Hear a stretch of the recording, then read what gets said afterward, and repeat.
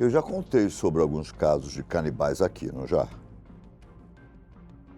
Um dos mais marcantes, na minha opinião, foi o do açougueiro da Deep Web. Uf, fico até arrepiado só de pensar. Essas histórias de pessoas se alimentando de carne humana me faz perguntar se realmente nós estamos no século XXI.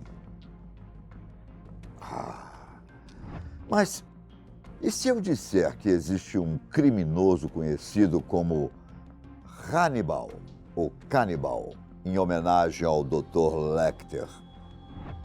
Vocês acreditariam? Eu sou o detetive Bira. Vocês conhecem a história do terrível Robert Maudsley, o homem que está na solitária há mais de 30 anos? Vocês já devem ter percebido que, na maioria dos casos de psicopatas, eles sofreram abusos quando eram crianças, não é?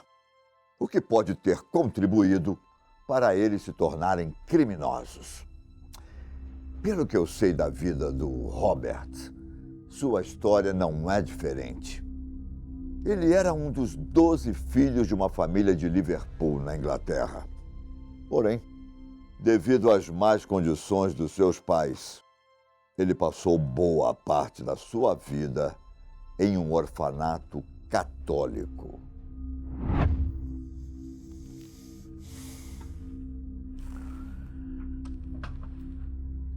Viver no orfanato para Robert era um alívio, pois além da sua família ser extremamente pobre, por anos, ele sofreu abusos do pai. Ele foi resgatado depois lá do orfanato pela família, quando tinha 8 anos. Nesse período, seu pai batia regularmente nos filhos e Robert costumava sempre apanhar mais, porque tentava proteger os irmãos. Uma vez, seu pai o deixou trancado em um quarto por 6 meses, enquanto o único contato que ele tinha era a violência dentro de casa. Em uma entrevista, Robert diz que tudo que ele se lembra da infância são as surras. Principalmente essa vez que ele ficou trancado em um quarto por 6 meses. E seu pai só abria a porta para agredi-lo. Cerca de 4 a 6 vezes por dia. Depois ele foi resgatado pelo serviço social. Mas os traumas que sua família tinha causado nunca mais seriam esquecidos. Na sua adolescência, quando tinha por volta de 16 anos, Robert fugiu para Londres e começou a trabalhar como garoto de programa. Ele costumava atender homens mais velhos, o que o fez desenvolver ódio por criminosos que abusavam de crianças.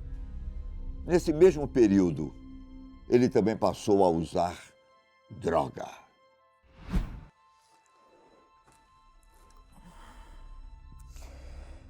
Depois de várias tentativas de tirar a própria vida, Robert foi forçado a procurar ajuda psiquiátrica. Durante a consulta, ele revelou ter ouvido vozes dizendo-lhe para matar seus pais. Sabe os traumas que eu disse que nunca seriam esquecidos? Pois é. Talvez essas vozes sejam consequências dos traumas. Até aqui, Robert era apenas um jovem problemático que precisava de ajuda psiquiátrica. Mas no ano de 1974, por causa de um crime bárbaro, sua vida mudou para sempre. Robert estrangulou um homem. Como eu disse, apesar de ser um garoto de programa, ele tinha criado um ódio pelos seus clientes e acabou matando um deles. No caso, Depois de ser atendido por Robert, Dion Fell mostrou a ele algumas fotos de crianças, das quais ele disse que tinha abusado. Robert não se conteve e acabou estrangulando o homem. O estrangulamento foi tão violento que a polícia inicialmente apelidou Robert de Azul, por causa da cor do rosto da vítima. Mesmo tendo matado outro criminoso, a justiça decidiu que Robert era perigoso demais para viver na sociedade inglesa. E ele foi condenado à prisão perpétua.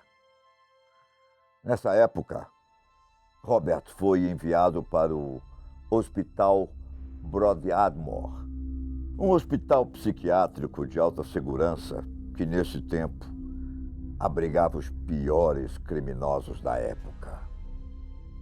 Durante alguns anos, Robert ficou longe de problemas.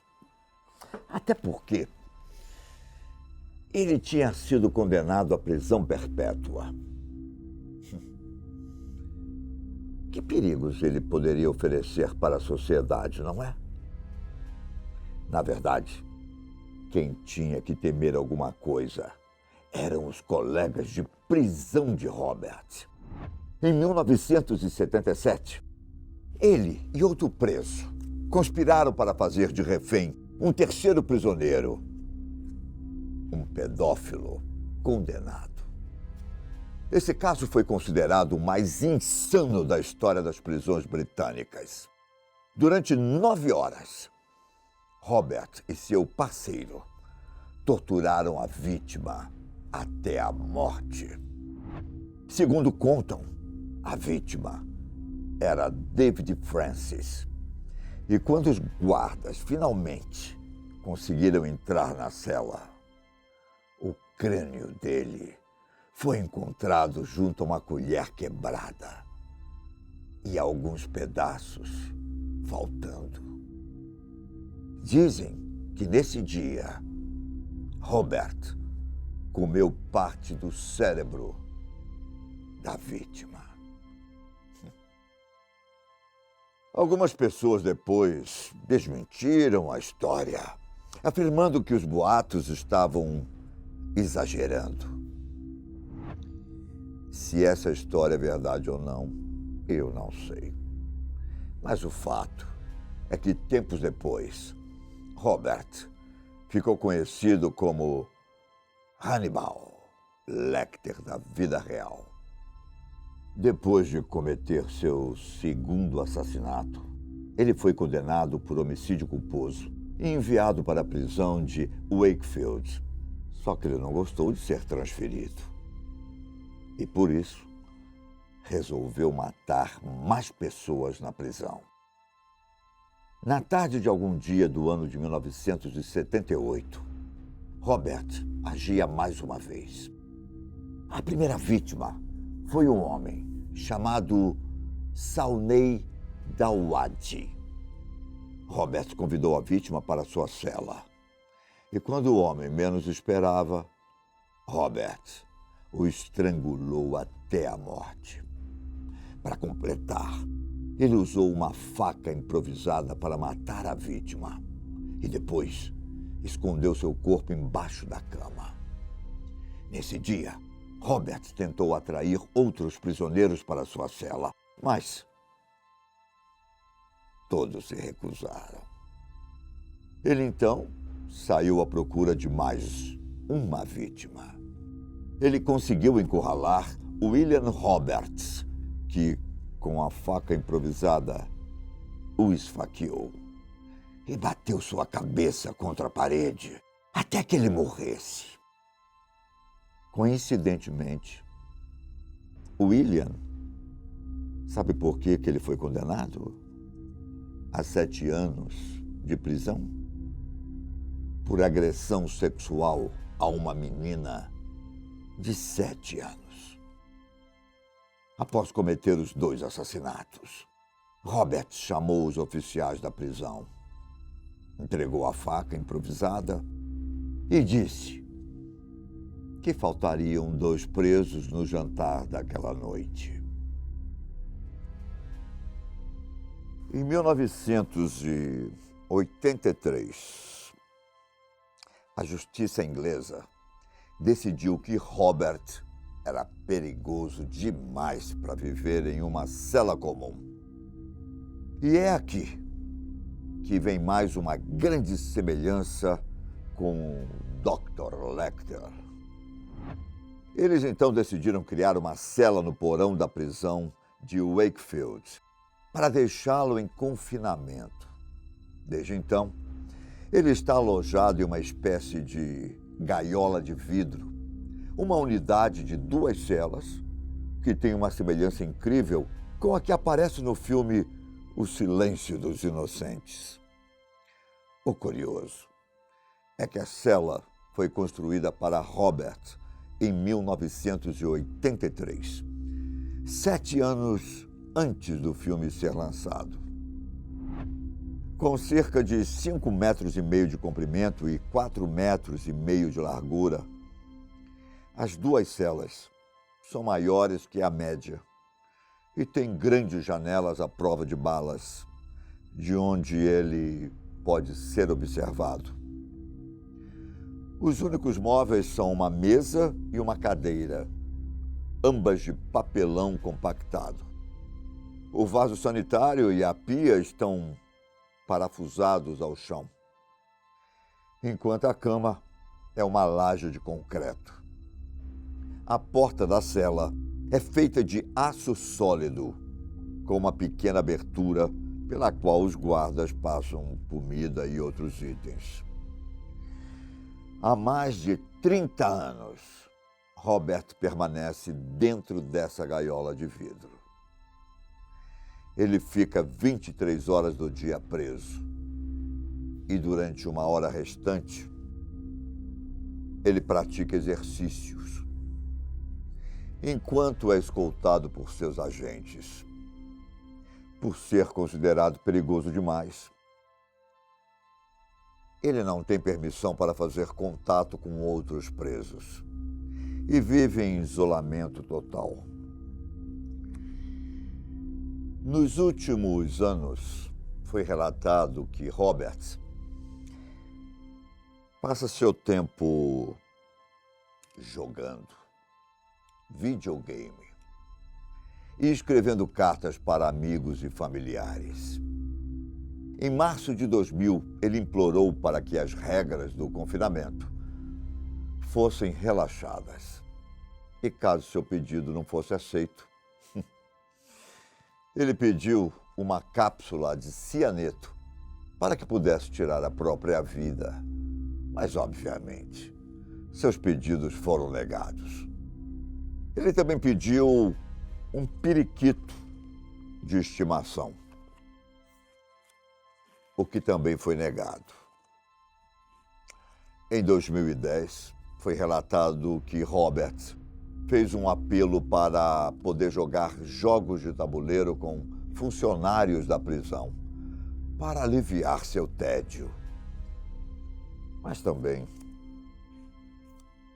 não aceitaram. A história de Robert Maudsley é diferente dos outros criminosos.